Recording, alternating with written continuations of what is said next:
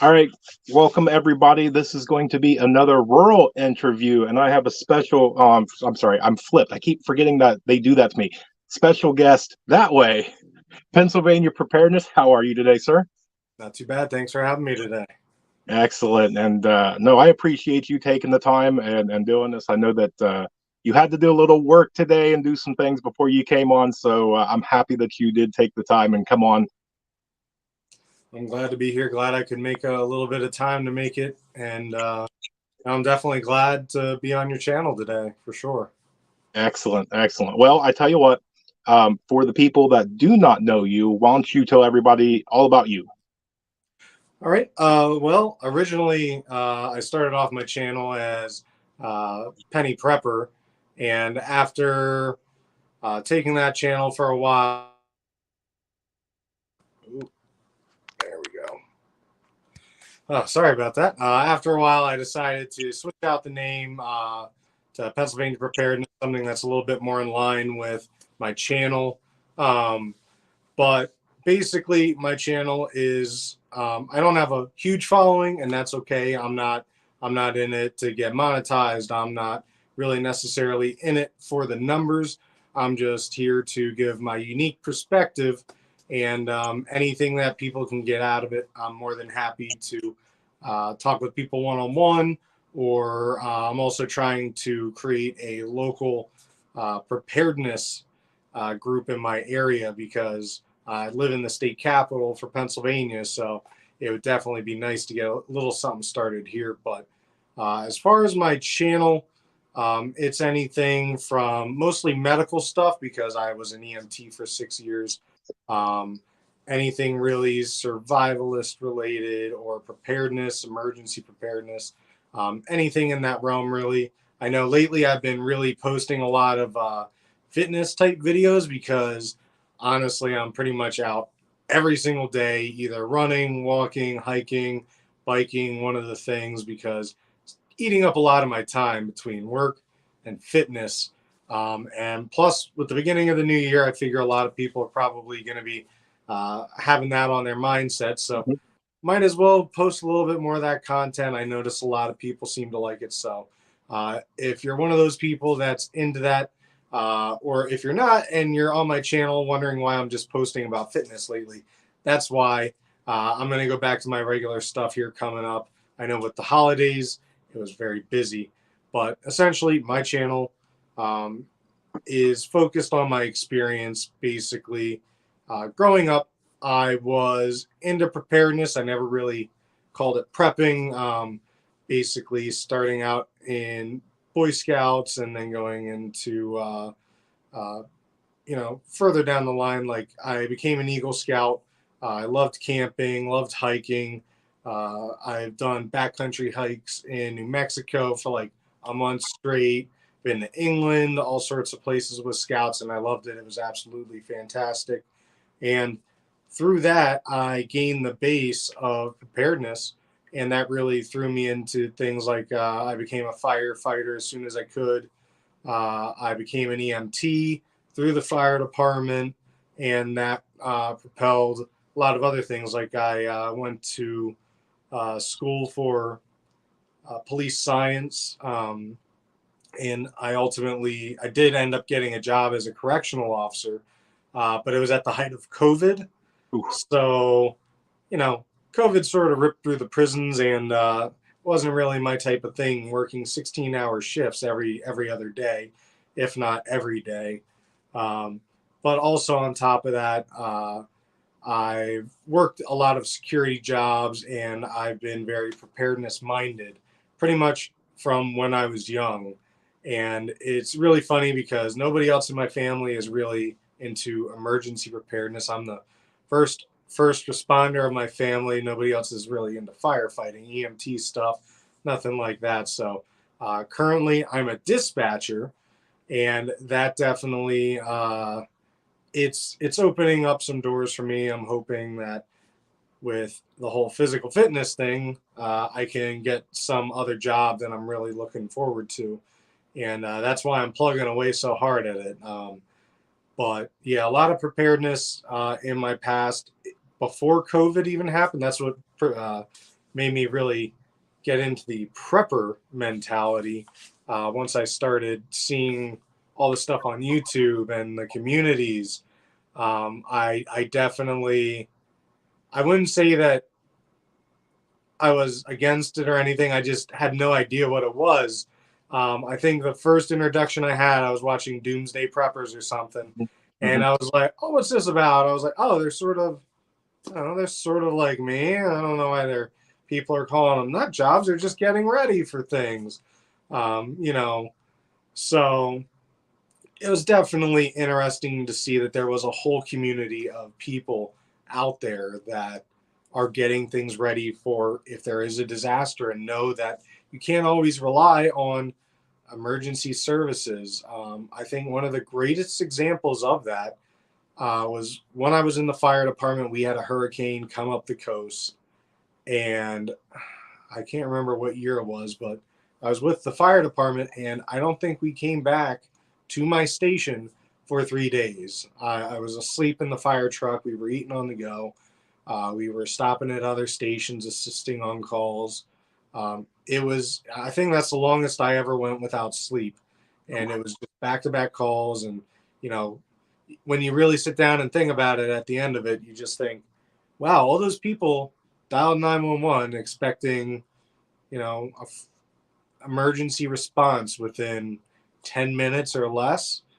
And really, a lot of them were probably in dismay, just thinking, I called 911. Where are they? They haven't come for a whole day. It's like, yeah, they were busy. So, that's something that a lot of people don't take into consideration is, you only have how many people that are actually ready to respond to these emergencies. So, what are you going to do when everybody in the area has the exact same emergency? Uh, but yeah, that's pretty much me. Uh, my channel. I'm There's nothing I won't really talk about on the channel. I try to shy away a little bit from some of the hot topic issues and stuff like that, but it's mostly because, you know, who am I? I don't really have a say in anything, so I'm just here to give people the facts, and that's about it. Yep. Yep. And which we got our little bit of a shout out. So we have Amy from Leonard Mountain Homestead said hello. And then who else we got? Oh, we got Justin from JK Survival Bushcraft is here. And Ohio C. Look at that. So right here, let me put that up on the screen. So 911 dispatch for 17 plus years. Wow. Awesome. Awesome. Which, for anybody who is catching it on the replay, I thank you very much. If you are here live, we will be talking back and forth. But if you have a question, just go ahead and drop it in the chat and we will get to it if we can. So, first question. Right. You gave a little bit of your background. So, what really got you started? Was there a certain event, or did you just kind of like slowly get into it and then you just kind of realize, like, hey, okay, well, I guess I am a prepared guy? I would definitely have to say, uh, with everything happening with COVID-19, that was a real eye opener. Um, Not just for me, but my now wife. She was my fiance at the time. And it was sort of one of those things where I had everything ready already because, that's just my nature. But I started really thinking about it. I was like, hey, what are we going to do? We can't go to the store. And I have enough food, but, you know, my wife is a very picky eater. So I was thinking, I was like, are you really going to eat beans and, rice and stuff like that and it was just one of those things where I just, especially getting mandated so much while I was working in the prison, I was thinking, I'm not going to be there if there's some event that, my wife might have to do without me while I'm stuck inside of these walls for a couple hours, or if they even let me out. So I was definitely getting into the mindset. I was surrounded by people also who were in law enforcement, being correctional officers, and that mentality of being ready and also just every day coming in, getting my stuff ready, set up. Um, it just got me into the right mindset for the time. And then also, I got COVID about 4 times. Oof. So, yeah, it sort of kicked my butt one of the times. But the other 3 times, it wasn't too bad. But the one time it was, and I was down for the count. And I'll tell you what, I started watching YouTube and I started finding all these channels, and I was like, huh, okay, there's something to this where, I was finding a lot of people in my area and all over the country. And then the best part about it is every single person, no matter how small, how big, or where they're from, they all bring a unique and interesting perspective on just about everything. So you might see a video on knots, and you might have seen 1,000 videos on somebody tying a knot, but they might have a way that they um, like to set their rope up prior to, so it's easy to deploy, and then they, quickly do it. Or you might have somebody else who, they use a certain type of rope for a certain reason, and I'm like, oh, okay, like that's good to know. And you just take a little bit of everything from each person, and you just make yourself better. Oh yeah. And that's what I'm hoping people get from me. I know I'm not the best. I don't have a bunker. I don't have hundreds of thousands of dollars to put into uh, a warehouse that I can build up or anything like that. But you know, having my experience, I say would bring a unique perspective, and somebody takes just one thing from me, I'm happy. Yep. I have that same exact sentiment towards it all.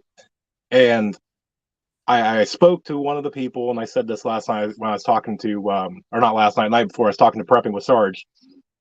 I talked to one of those really big, I mean, over 1 million followers. And they told me, like, listen, I've popped into some of your stuff. I don't comment because I don't want to take over. And he's like, I'm really thankful for channels like yours and mine, like the smaller channels, because if somebody has a question, we can get back to them. Right. It's hard to get to that guy that's got 1 million followers. He can't, if everybody asks one question, what's that going to take? A year plus to get to everybody? Right. Yeah. Yeah, I completely agree. And that's the nice thing about the smaller channels is exactly that. And you can even have back and forth conversations, not just ask the question. And if they have a follow up, it gets lost in the fray. So it's sort of like the smaller channels. And if I ever get too big, I'd probably honestly do something that I don't have as many followers, just because I like that. I like the people that have the one on one conversations and sometimes even debates. I'm not always right. And sometimes people will even say that to me. I'm like, oh, yeah, you know what? You're right. And Hmm. you just, it's all about learning and getting better as a whole. Yep. Yep. It is. And I think on mine, I'm probably one of the most open minded people. You want to tell me that, the grass is purple, or, you saw an alien over the hill, I will listen to you. But you've got to walk me from here to here. I still may not agree at the end, but I want to see how you got to that conclusion. And a lot of times there's a lot of people that, okay, it gave me a new perspective. Right. Let's see. So what's next? All right. So being into preparedness, this is probably going to be a biased one for you. How important is medical when it comes to preparedness?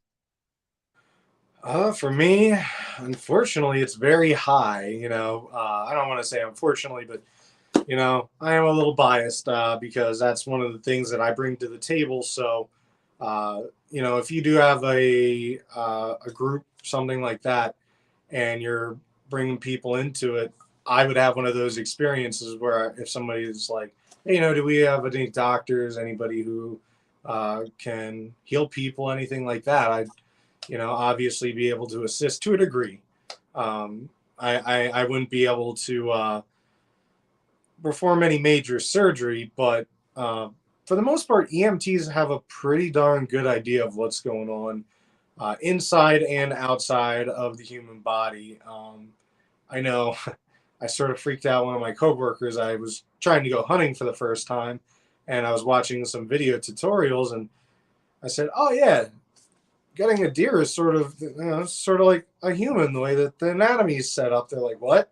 I was like, no, I mean like the anatomy, it's you got the rib cage, and they're like, oh, I'm like, oh no, it's from when I was in EMT, and I think I sort of freaked them out, but I was just like, no, I was watching the videos and I understand a little bit, I get it, and but after that little awkward part there, they were like, oh, okay, I see what you're talking about now. I was like, yeah, it's not too bad.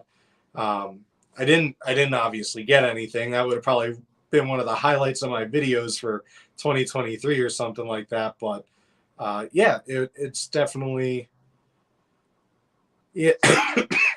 Sorry, excuse me. Um, uh,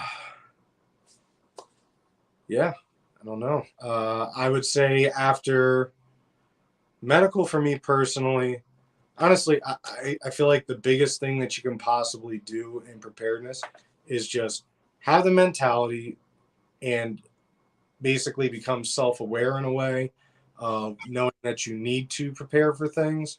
Um, you might have somebody that's into firearms or into medical or into hiking, going out in the bush, something like that, or camping. They might just like camping. But when you take the realization that, oh, this is a very good skill to have if something were to happen, um, and even just having that emergency preparedness background alone, um, you can tell when somebody's not used to things like that. Like the people that if they hear a loud bang, they instantly, like, you can see their brain switches off. They're trying to buffer and figure out what they're doing. Mhm. Whereas on the other hand, I would stop, look around, see what's going on, and I would react to it. Like, I love using the OODA loop as a great example because I feel like that's something every single time. That's what I do. I look at something, I'm like, what's going on?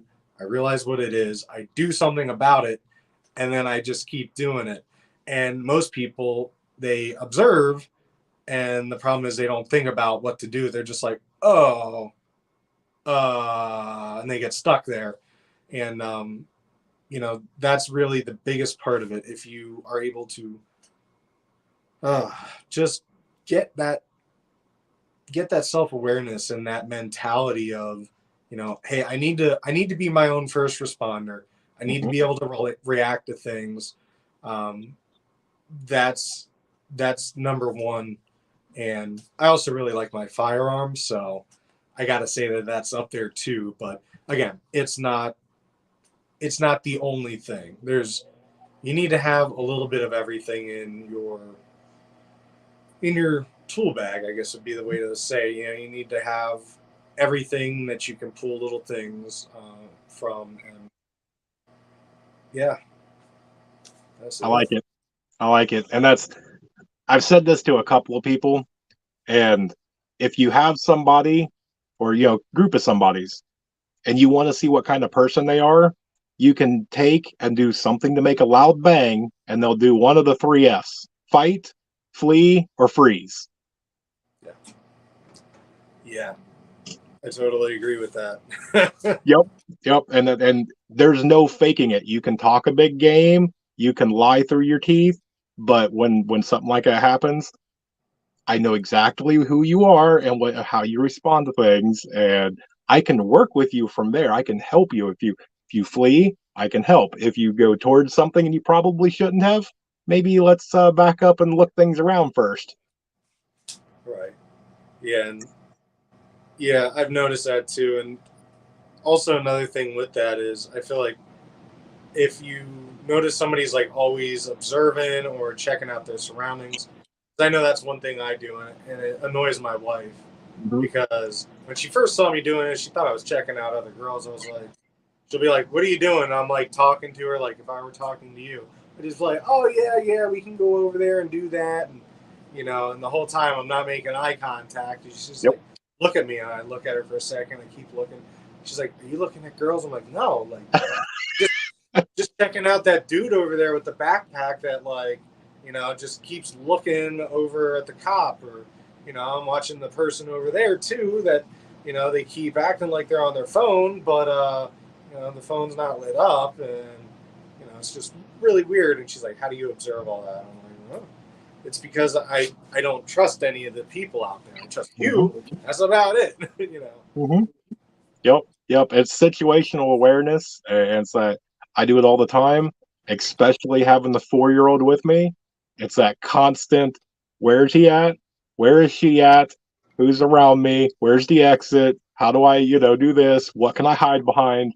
It's just, and it's not even work, and it's not paranoia. It's just it constantly goes on. Right. Oh, let's see. There we go. We got JS Genesis in the house. You're never late, brother. You are always fashionably on time. So, which I do this every time. Mr. JS Genesis, I got this. This is the 10 Commandments.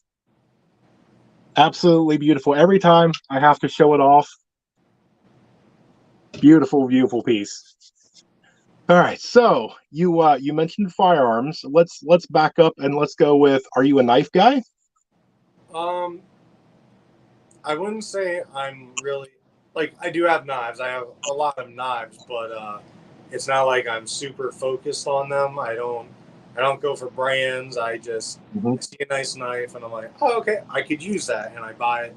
Um, like I think right now, the everyday carry that I have is honestly from Walmart, but it's because I booger it up. I use it to cut tape and I dull it really quick, and I'm just like, if I lose this, it's not that big of a deal. Now, Mm-hmm. if I'm going out somewhere and I want something that's, you know, gonna be very useful, then I'll grab one of my nicer knives. Like, if I'm gonna go hiking, I'll grab my Mora knife or something like that. Or I'll grab something that has a,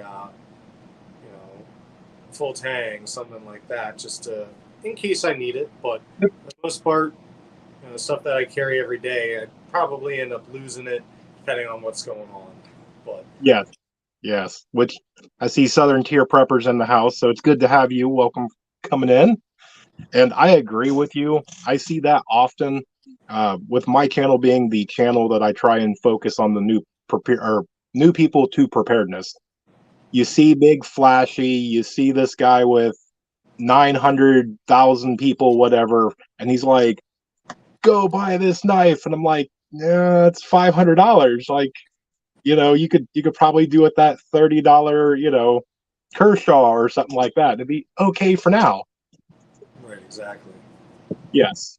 Yes. And actually, I just did one, and I'll see if you agree. Your gear should match your skill level. Yeah, I 100% agree with that. Excellent. Excellent. Um, and you know what? I'm going to circle back around. I didn't talk enough about medical since this is your specialty. What is some must-haves for new preppers if they're just starting out? They have no medical anything. What are a couple of things that maybe they should focus on? Um, Honestly, the best thing that you could possibly get is maybe some. I mean, I would say first of all, start out with a basic first aid kit. A lot of them have gear, some things that you can have in there, and plus on top of that, if there is something that you want and you are up to that level, you can always put it in there. I started out with a generic Walmart brand um, first aid kit. It's plastic, it's junky, but I ended up, it was bigger, and what I did was I took a lot of stuff out of it, put it in like a smaller not backpack, a smaller medical bag, and that's like if you need a band aid, grab it out of that one. But the other one has a little bit more extensive stuff in it, stuff that I would probably use. My wife might not necessarily use, um, because like even I feel like even rolled gauze sometimes people won't necessarily know, um, the proper way to at the very end of it. Like you might think, oh yeah, I'm going to use tape and put that on there, and then they realize real quick, like, oh, the tape isn't really sticking, um, and it's kind of funny where it's something so basic, but you wouldn't even think just to tuck it in behind the very last piece or something like that. But not saying that you shouldn't have rolled gauze. Obviously, grab it, but I know I'll even have I don't for the longest time, I never really liked having band-aids because I would just take some small piece of uh, not not 4x4, but like 2x2 size of like a gauze pad, and I would just take some tape, put it over, and they'd be like, "What's this?" I'm like, "Oh, it's a band-aid." They're like, "No, it's not." I'm like, "It's my band-aid. No, you know, it's fine. It does the same thing." And they're like, "Oh," I'm like, "Yeah, it's fine." But yeah, starting out, definitely just get a basic first aid kit at Walmart or wherever you go. If you go to Target, I know that they had a pretty cool deal where if you bought like 3 or 4 different items, you got like a free case, which I thought was interesting. But just having stuff for the basics like aloe for sunburn and regular burns, um, and things like band-aids, sting relief, also having a little bit of medication, whether it's Tylenol or something for your stomach if you start to have the runs or something. Just little things that um, anybody can basically do. Um, but as your skill improves, then you can start grabbing things like I have one that has nasal airways and oral airways, and that's the one that I hope to never pull out. But you know what? I'm trained up to that. However, if my wife were to grab that one, she would open it up and be like, "What is all this? Like, what do I do?" She would probably dump half the stuff out looking for band-aids. But you know, that's exactly it. Train up to whatever you have, and if you do buy something, practice with it, like tourniquets. If you have a tourniquet, I'm not saying to put it on and crank it down, but at least have it preset that you can just grab it out, put it on, cinch it up, and and also on top of that, if you can, just try it on a couple times. Don't crank it down or anything, but make sure that you have the idea of what you're doing and go from there. But for the very basics, just grab a generic Walmart or wherever. I keep saying Walmart because that's like the cheapest and almost everybody has one. Just grab a generic first aid kit and go from there. Build it up. If you end up filling that up too big, then you can always get another one or have specific ones for specific things. But yeah, just start small and keep going. Yep. Yep. And then I've heard this an awful lot. And so I get to ask you this question. Out of all the things medical, there's no such thing as having too much gauze. That's yeah, because I mean, really, I know it all has an expiration date printed on it, but for the most part, as long as you keep it somewhere that it's not going to deteriorate or have mice chewing on it, you can just keep stacking it up somewhere, and eventually you can use it. It's just a matter of actually needing to use it. I wouldn't say go out and buy a pallet of it, but yeah, you can definitely. Yeah, there is no such thing as too much gauze. Yeah. And with you being in there, I've heard from at least, I don't know, 2 or 3 different EMS guys. If you have a serious, because most of medical, when it comes to like an SHTF, it's keeping the blood inside. And so if you come to a very serious, bad accident or whatever happens, you're going to go through a heck of a lot of gauze. Yeah, yeah, that's for sure. I had an instructor that used to say when they were teaching the ABCs, air goes in and out, blood goes round and round. If any of that stops, you got a problem. Mm-hmm. And that's really, it sounded so basic, but it's like, oh, okay, it makes sense. You need these essential life functions, and having enough gauze would definitely help there. And Yep.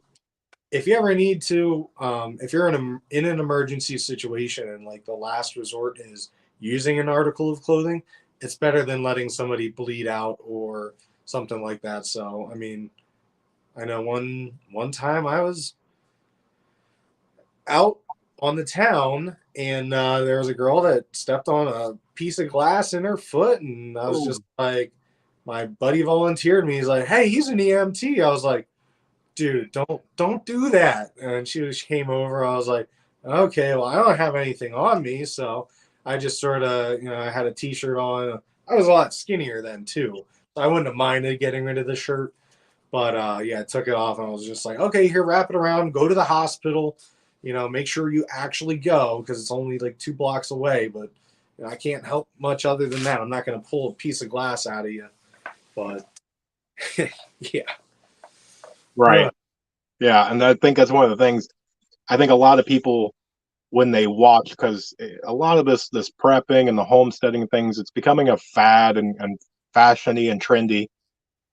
When it comes to the what you would see on TV, they rush in, they make a makeshift Israeli bandage or something along those lines, and yeah, they take a T-shirt.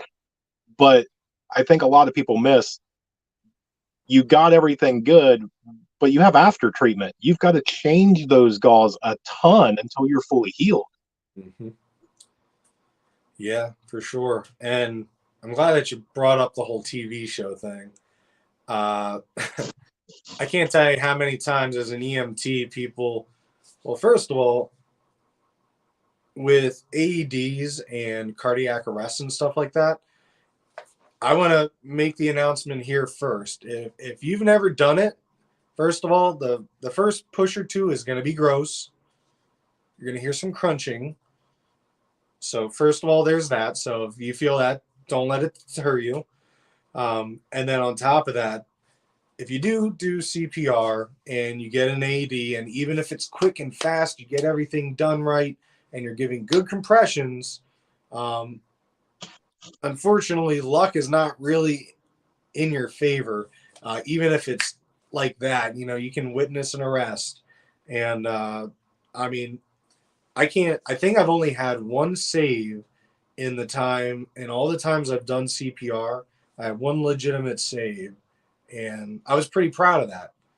But it's crazy how often you don't get that result, and that's a big thing. People assume that if you're given CPR, they're gonna come back to life and they're gonna be great. And whereas like even with the AED, I mean it is kind of cool. You do get to see the body jump like when they get shocked, but yeah, honestly, a lot of that is dramatized in movies, and they make it seem like they get the pads, the old style ones, and or the ones that they have in the hospital, and it's great. It gets a lot of people's attention. It's pretty cool to see, but that is not real life. A lot of times, medical profession, you're going to see the bad side of most of it. So, um, with the TV shows, it looks really cool, and you might want to get into the medical profession, but that is not the reality. That is reality TV, and it's kind of cool. But Jumping in the chat, making sure I say to everybody, which I think we had, was it Ritzy homesteading? I think. Man, I lost him in the chat. Yeah, I think it's Ritzy. So welcome. Which you kind of talked on there for a second, but let me ask you what your opinion for prepping. Would it be a good idea to maybe grab up a thing or two of Narcan? yes, that was actually something that I know.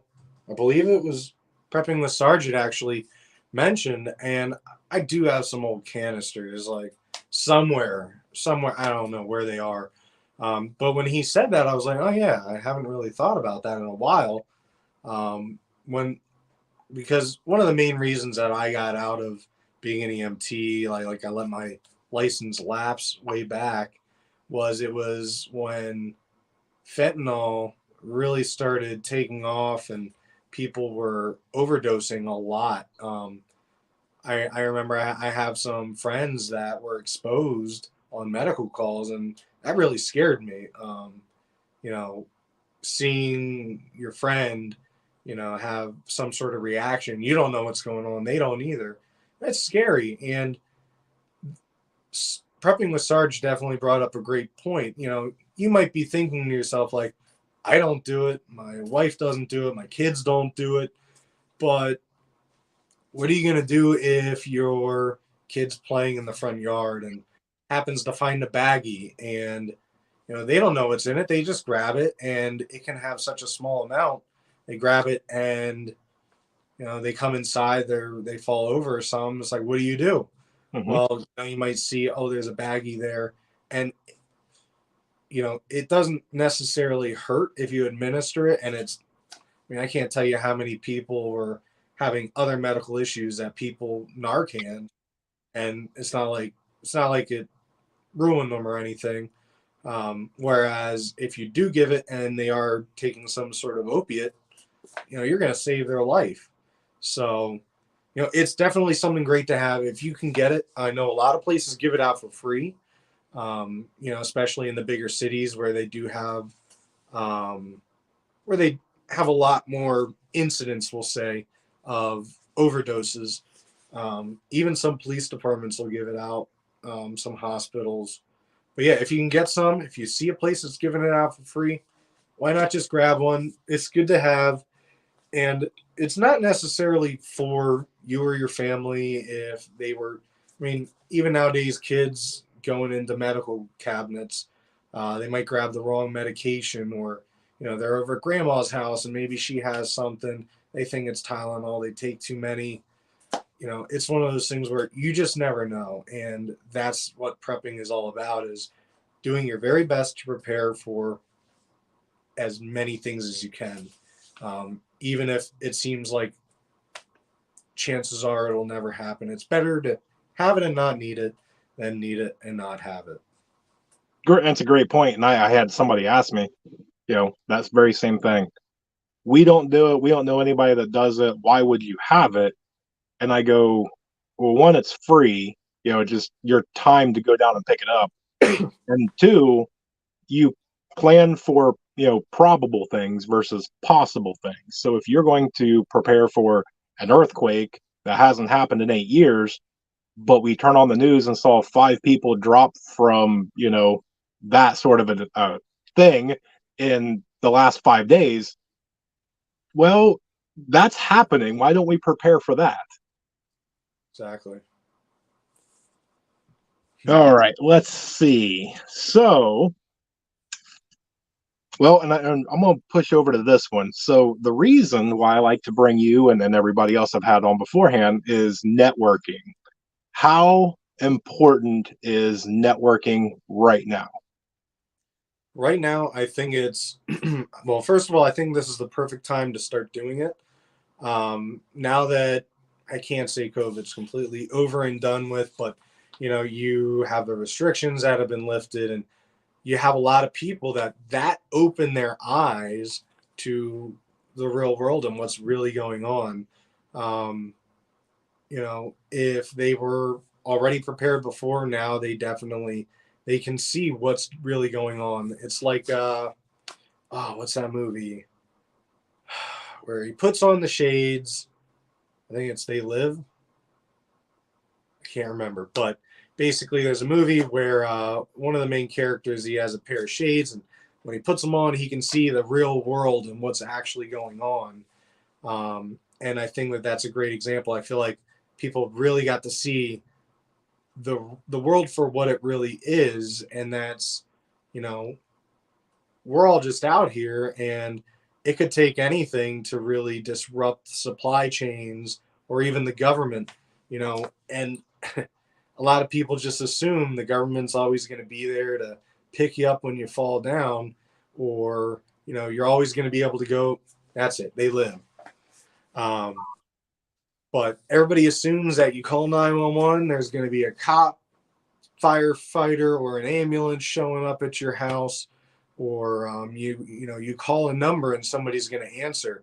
We're so ingrained um, in that mindset nowadays of, I can have something delivered to my house in 2 days, or, man, I really want a cheeseburger, I'm going to go on this app and just order it and it'll be here in 30 minutes. So it's really fascinating, and that is also a nice part. We can use that technology right now to get in contact with each other for when things become harder to reach other people. So let's say we don't have our phones tomorrow. I have a network of people that I have contact information otherwise, I can get a hold of them. Whereas if the lights were to go out tomorrow and you never reached out to anybody, you're just sort of floating around until you bump into somebody and you're like, hey, you have a lot of food. You mind if I come over? And they're like, no. So yeah, networking is very key. That's another big reason I started my channel. I even have a local mutual assistance group I sort of started. I mean, can't really call it a mutual assistance group yet because we still have yet to have our first meeting in person, but that should be coming up, and I'm excited for that. That's actually coming up next month, so I'm hoping I can get that started and reach out to other groups and have the groups network, and who knows, maybe eventually we'll have a East Coast, West Coast, Central United States kind of network or something, which would be great. It would be great. And actually, I love that you did that because that segues right to my next question.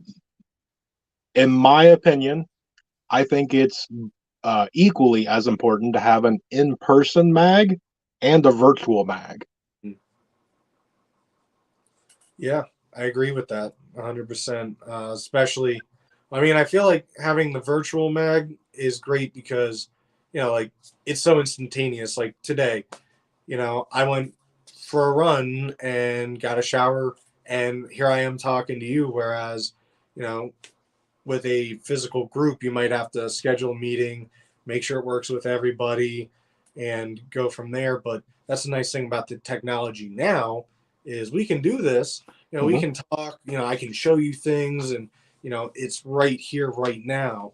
And if something were to happen, like we could network prior to, and then when things do happen, I could be like, hey, prior to, if anything were to ever happen, uh, I'll meet you here, and this is how I would notate something, or I can send you a letter if the mail still works or whatever, So um, you can pre-plan things with the virtual, and then you can actually, also meet with local people in person, which is great too.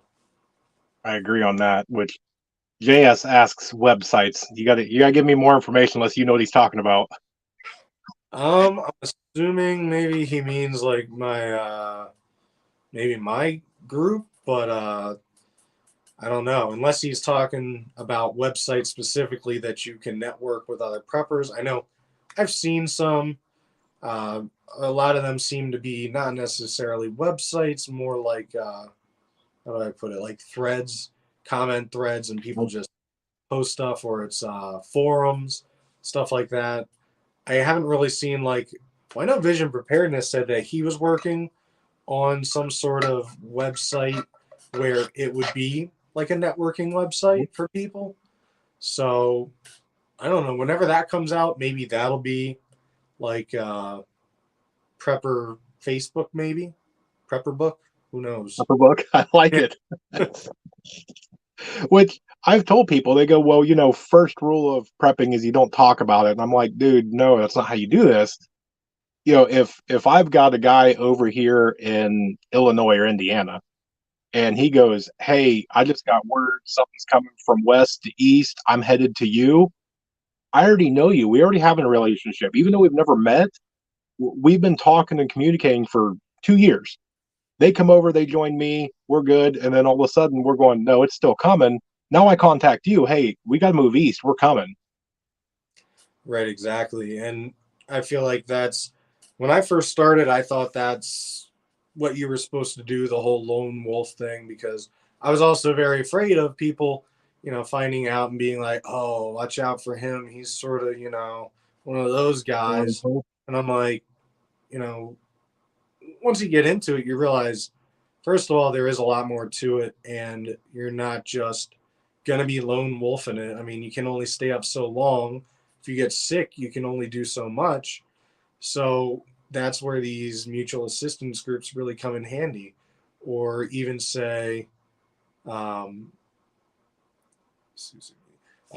you know, if somebody doesn't have any medical knowledge and they know that I do, they can probably call me up and another nice part of that is bartering. You know, if somebody knows that I might have some stuff, I can easily tell them no, and I have the way to make sure that they don't get it if I don't want it.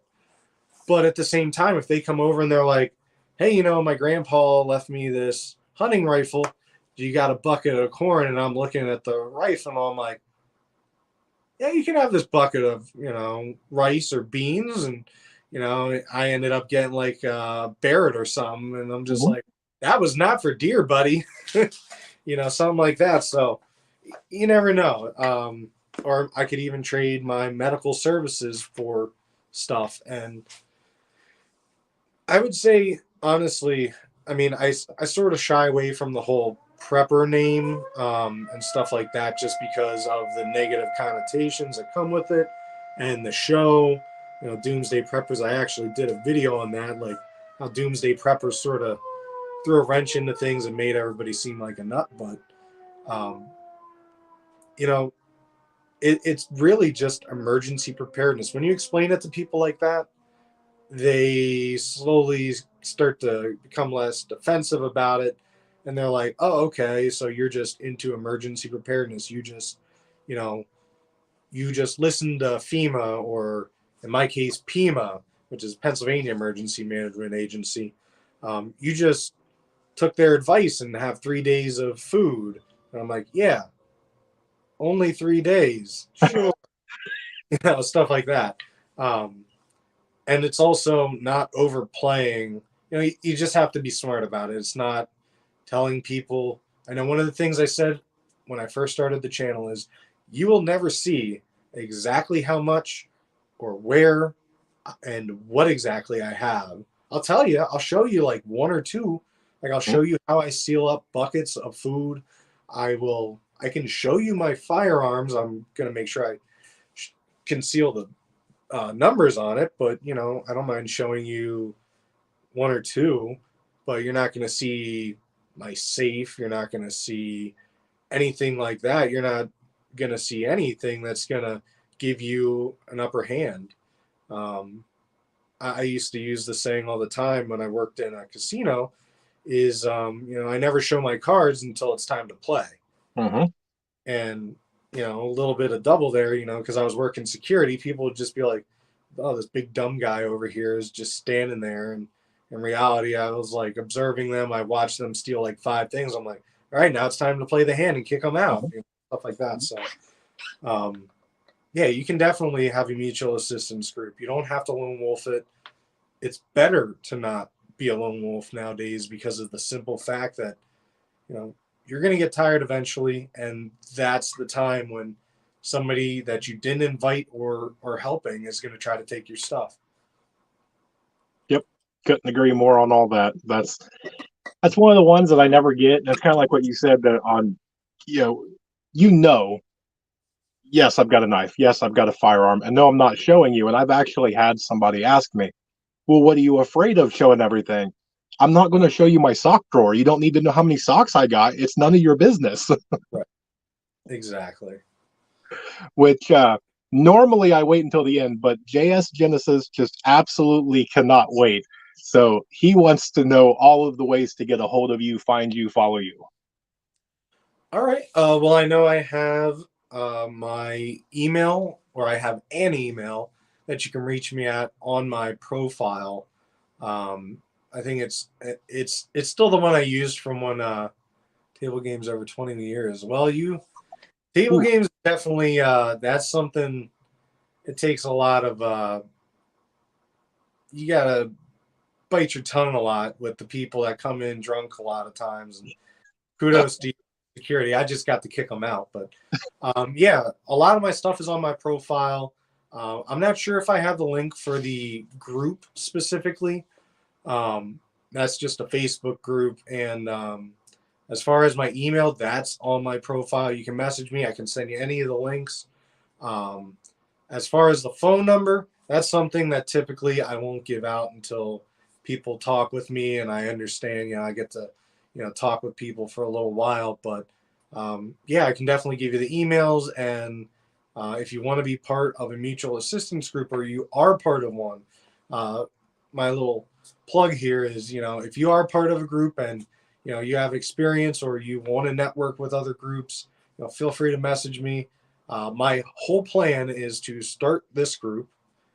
There's other groups I know of in Pennsylvania that are preparedness minded.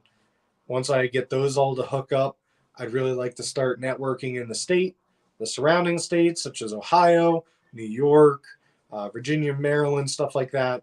And it'd be great to reach all up and down the East Coast.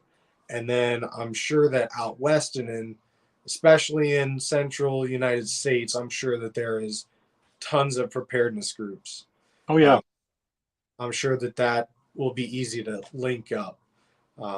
Once you get things started, it'll start to snowball, I'm sure. Which Scorpion Metals, you don't need the crazies, Colin. Yeah. I mean, I'll say, I'm a small channel, but I've had some people message me.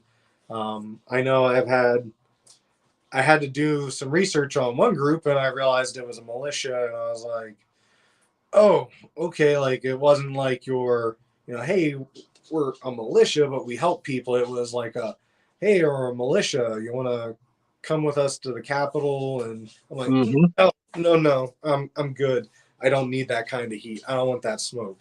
Like Yep. I'm here to lay low, and I'm not doing none of that. Nope. I fully, I'd be, if I was in your situation, exactly what I would do. Yeah. That's awesome. Which, you know what? This brings up a whole new question. I don't even have it written down, but I'm going to actually be doing a interview with Scorpion Metals. And so that brings up my question. What do you think about precious metals and other things? You mean besides copper and brass? Yes. Well, I know prepping with Sarge. I keep giving him a lot of credit because he really got me into starting foraging Mm-hmm. and also into precious metals. Because before I really saw some of his videos, I do follow some people that do precious metals stuff like that, but I saw every like 10 videos he was doing at the time was about precious metals, and I really started watching it and I got into it. I bought my first piece of silver after watching one of his videos on buying silver because gold's a little pricey for me, so silver's right up my alley at this point. Mm-hmm. And on top of that, uh, when I started doing the whole precious metals, people started talking about the other metals that you want to purchase, such as pre-made cartridges and Mm-hmm. okay, that makes sense too. I typically, what I used to always do is I would always go out and buy every paycheck. I would buy at least 60 rounds of 223 or 556, or I'd buy a box of 9mm, and it was really nice, especially when you ran into the ammo shortage, and I was sitting pretty nice there for a while. I was just like telling some of my buddies, hey, you want to buy some ammo off of me real cheap, or not real cheap, but at not $1 a round. Right. And yeah, but yeah, definitely precious metals. It's something worth investing in for the fact of, you know, if something were to happen and you pull out $1 bill, people are going to look at that and be like, I don't really, it's a promissory note. It's a piece of paper that it's basically an IOU that the government printed, and you use it and you trade it. Whereas silver, you know, has a monetary value, but you can trade it and use it because it can be used in industry. I agree right there with that statement right there. Silver, money for the people, gold of the nation, and copper isn't listed, but it should be. I Yeah. love it. Which I think I'm a little biased because I was in a coin shop a couple of months ago, and I was, you look at things. So you got silver, silver, silver, little piece of gold, silver, silver, and then all of a sudden something caught my eye, and I was like, "What is that?" And they had a 1 pound bar of copper, and I was like, "I don't know what to do with it, but I want it. I'm buying it." Yeah. Oh boy. And it probably wasn't that expensive. It was probably, I don't know, pound. Yeah, Yeah. I think I paid 20 something dollars for it. I think it's worth like $20. Jeez. I mean, yeah, you could probably go out and try to buy a paperweight that would probably cost more. Yep. So it's actually worth something, and you can use it. Or if And I an can, comes in, just chuck it at them. yep, that's what I was going to say. Oh yeah. That's, Yes, that's exactly my point on all of that is sometimes you just got to think outside the box. On your thing for gold, I shied away from gold for so long because I was like, I'm not spending $2,000 for this because I can take $2,000 and buy a ton of the other stuff.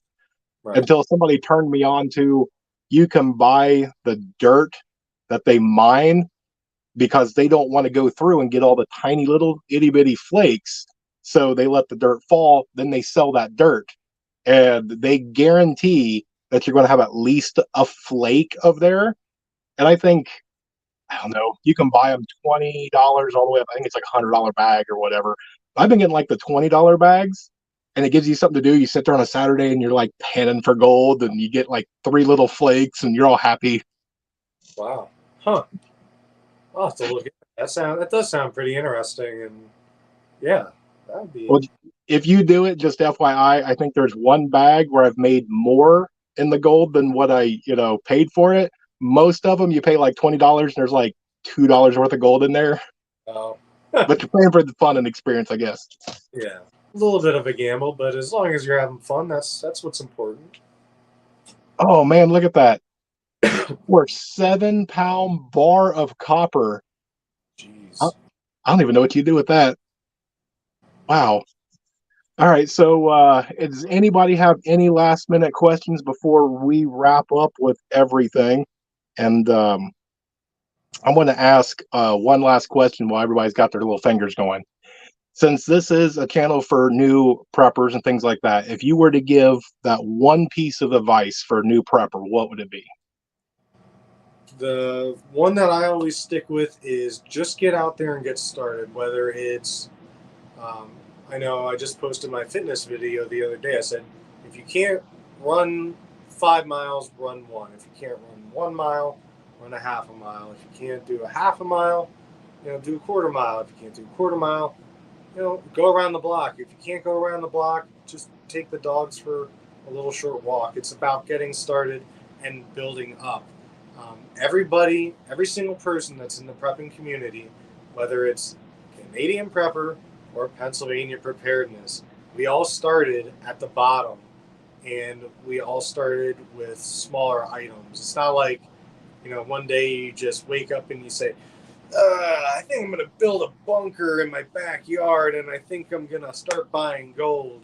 No, that's not how it works. Nobody, when you first start getting into it, you might have some knowledge, but you don't know everything. Even Canadian prepper, even he will say that he made mistakes or, maybe he did something dumb.